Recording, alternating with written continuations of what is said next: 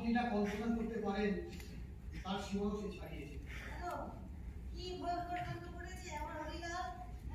চলে যাও না, বলো না কি লিখে যায় কাগজে, বলো তো। আমি বলছি, কিন্তু আপনি আবার এসব শুনে অস্থির হয়ে পড়বেন না। বাবুর মতো নির্বিঘ্ন থাকার চেষ্টা করবেন, অন্য কথা ভাববেন।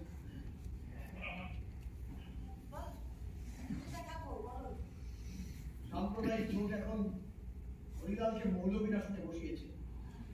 ইসলাম ধর্মের প্রচারে সে এখন দক্ষিণ ভারতে। ওটা তো আমি জানি, তুমি থানায় মারাই কেন করছো বলো তো? আসল কথাটা আজকে কি ভয়ঙ্কর বললে সেটা বলো না, কি করেছে বাবুরি? এখানে একটা মসজিদে হরিলাল বক্তৃতা করে। কৌতূহলবশত বেশ কিছু লোকজন সেখানে উপস্থিত হয়েছিল। বক্তৃতা শেষে হরিলালকে কয়েকজন মিলে শরাব পান করায়। তারপর ওকে কয়েকজন মিলে খারাপ পাড়ায় নিয়ে যায়। সেখানেই হরিলাল রাত কাটায়। বাবুর মোরা লাইয়ার ছোটে চলি যায়।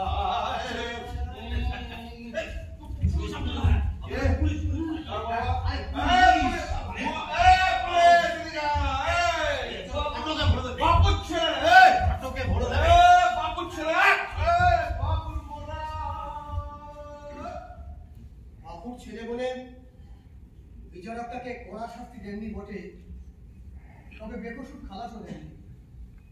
সামান্য কিছু জরিমানা দিয়ে হরিলাল হাজত থেকে ছাড়া পায়। এই সমস্ত ঘটনা সব কটা কাগজে লেখা হয়েছে। বাপ, এইসব কথা কাগজে লিখে দিল। ওদের সকলকে আফসোস করতে হবে। আমার হরিটা বেচারা কিছু বোঝে না, ওকে ভুলিয়ে ভালিয়ে টাকা তুমি দোষের পথে নিয়ে যাচ্ছে না, সবাইকে আফসোস করতে হবে। ঈশ্বর ক্ষমা করবেন না, কি করে ক্ষমা করবেন? আমার হরিকে ওই জায়গায় নিয়ে গিয়ে বিপদে নিয়ে যাচ্ছে। হ্যাঁ, ওদের কোনোদিন ক্ষমা করবেন না ঈশ্বর। বসুন না, এখানে বসুন। বলছি যে আমরা তো বাবা, আমাদের তো বুকটা ফেটে যাবে, আমাদের খারাপ লাগছে। এই মুসলমানদের খারাপ লাগছে না, মুসলিম সমাজে ওকে আবার ইসলাম ধর্মের প্রচারক হিসেবে খারাপ করতে চাইছে। হ্যাঁ, দেখেছো কেন বলে তো ওকে ধর্ম প্রচারক হিসেবে দাঁড় করাতে চাইছে। কি আশ্চর্য কথা বলতে! হ্যাঁ, এমন একটা লোককে আদর্শ হিসেবে দাঁড়া করতে চাইছি যা নিজের আদর্শের বিরোধী না করে। মানে আমি তো হরিলালকে পাবো না, আমার কাছে আসবে না, ও বেয়াদব ছেলে। আমি কি করে জানাই বলো তো এসব কথা ওকে?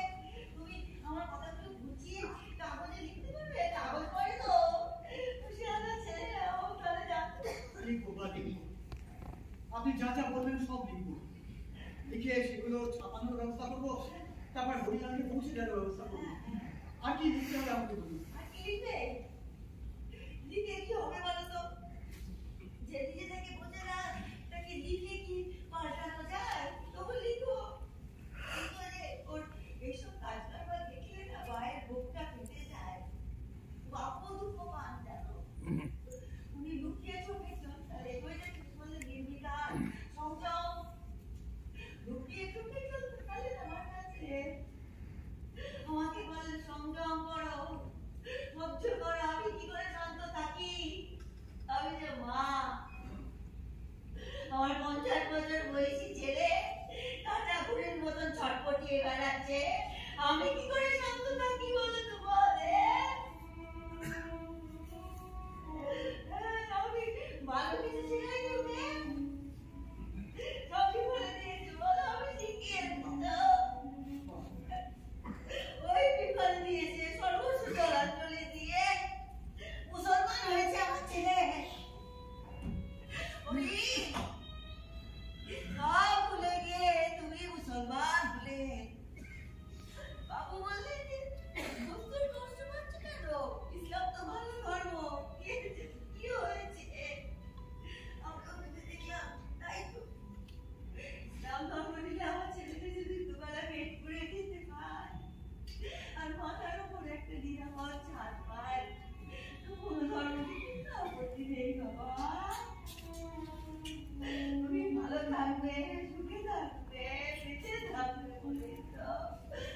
ফিরে দিয়ে